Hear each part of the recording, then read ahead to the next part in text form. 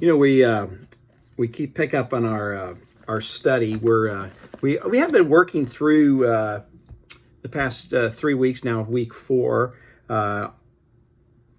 in a series entitled "Our Money Story," and this passage relates to the final of 4.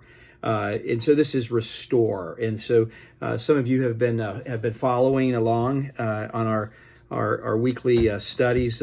This one might be catching you a bit late in the week, as it is catching me. It's restore, and it centers around Genesis chapter 33. I'm going to read these verses. Now Jacob looked up and saw Esau coming, and 400 men with him. Now keep in mind, and I think the story is going to unfold and tell us a bit about this. Jacob had tricked his brother Esau into his birthright, and then just through a series of events and encounter with God. By the way, when we encounter God, things often change in our lives. And so this almost is a prodigal son story in nature, although this would have happened prior to, because this is the story that we find in the book of Genesis. And so what we find in this story is that Jacob is coming back, and Esau is meeting his brother. And they're not real happy with each other when they departed. They went their separate ways. But yet, here, let's hear the story. So we pick it up. So he divided the children among Leah and Rachel and the 2 maids. He put the maids with their children in the front, and then Leah with her children, and Rachel and Joseph last of all. He himself went on ahead of them, bowing himself to the ground 7 times until he came near his brother. But Esau ran to meet him. That's a real important verse for us. Ran to meet him and embraced him, which is even more important. And he fell on his neck and kissed him. That's even more significant. And they wept. When Esau looked up and saw the women and children, he said, "Who are these with you?" Jacob said, "The children of whom God has graciously given your servant." Then the maids drew near, they and their children, and bowed down. Leah likewise and her children drew near and bowed down. And finally Joseph and Rachel drew near, and they bowed down. Esau said, "What do you mean by all this company that I meet?" Jacob answered, "To find favor with my Lord." But Esau said, "I have enough, my brother. Keep what you have for yourself." Jacob said, "No, please, I find favor with you, then accept my present from my hand. For truly to see your face is like seeing the face of God, since you have received me with such favor. Please accept my gift that it is brought to you, because God has dealt graciously with me, and because I have everything you want." So he urged him, and he took it. Then Esau said, "Let us journey on our way, and I will go alongside of you." But Jacob said to him, "My Lord knows that the children are frail, and that their flocks and herds, which are nursing, are a care to me. And if they are overdriven for 1 day, all the flocks will die. Let my Lord pass on ahead of his servant, and I will lead on slowly, according to the pace of the cattle that are before me, and according to the pace of the children, until I come to my Lord in Seir."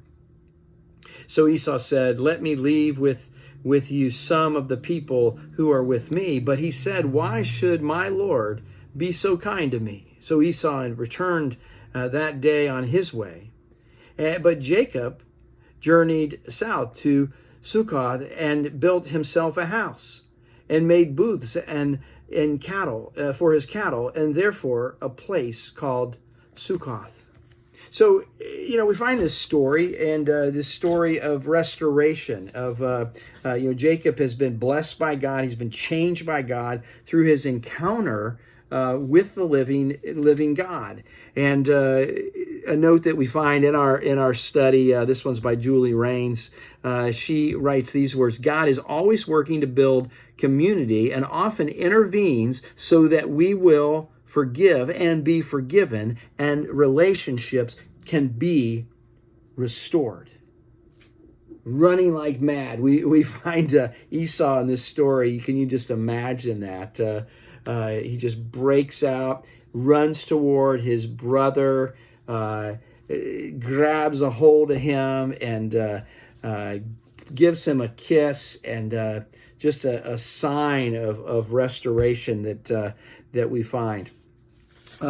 Just a few thoughts for the week as we have practiced remembering, releasing, reimagining. We conclude this series, as I mentioned, with the idea of restoration. Ultimately, practicing faithful stewardship heals us as individuals and helps us restore right relationships with one another. In Genesis 33, Jacob and Esau experience a surprising reconciliation after years of strife and estrangement. And that's what we just read about. And they're coming back together. One of the commentators on Genesis 33, these verses 1 through 17, talks about wrestling. I like to use that word wrestling. We're wrestling with the thoughts, the things, as we ask God for the eyes to see and the ears to hear and the heart and the mind to understand, that we find ourselves often wrestling with the decisions that are placed before us. And we all have those decisions that we may even have to be making on this day as we study together. The text invites us to think about the role of restoration in our lives. While salvation is not ours to attain, ultimately stewardship calls for an examination of our hearts as we investigate our own experiences, fears, desires, and passions with money. In this vulnerable and difficult act, we find ourselves this day looking at what this means for not only myself, but for you and for the church to which God has called us and placed us, this idea of restoration for the congregation. The work of restoration is a response of grace. Yet ultimately, good stewardship practices restore healthy relationships between people, the earth, and God. Lives are transformed in the giving of gifts to change and repair a broken world. In giving our gifts, we find that we are being reconciled to God. So this is a story about Jacob's rescue primarily. Jacob's hunger for status, we start out there. Their relationship is deeply fractured by money, by that inheritance, and by claiming and tricking one another, or rather in tricking the brother. Living different now is strange. They live in different lands with different families, cultures, and customs, but yet they come together face to face in this account, and we find restoration. Interesting word here. I have enough. I have enough. In this encounter, Jacob finally bows down before Esau, owning up to his wrongs and giving up his power. Reconnection and forgiveness and restorations we find in this particular text as we look at it, as it's our story. Our money story, as we've looked at those ideas of what does it mean to remember, and what does it mean to then journey to a place of restoration, as we have found it in this whole idea, as well as releasing and reimagining. God has and God will always provide all that we need. And so we find those words, I have enough. I have enough, my brother, Esau replies. In other words, Esau has recognized that Esau has all that God has given, all that he needs. It is more than enough. In fact, Chris Tomlin, contemporary Christian writer, one of my favorite songs, talks about having more than enough. And the words of this song are entitled, It's Enough is the name of the song if you want to listen to it. All of you is everything. It is more everything. It's more than enough for all of me. For every thirst, for every need, you satisfy me with your love, and all I have in you is more than enough. What does it mean to have more than enough? God will provide all of our needs. That's a promise. We find it throughout Scripture, and we find it here in this story of conflict and this story of resolution, as two who have been parted find a way to be back in a place where their relationship is restored.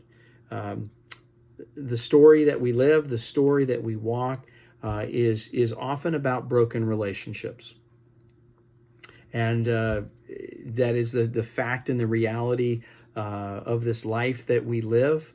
We are broken, but in and through Christ, we are able to be whole once again and to be restored.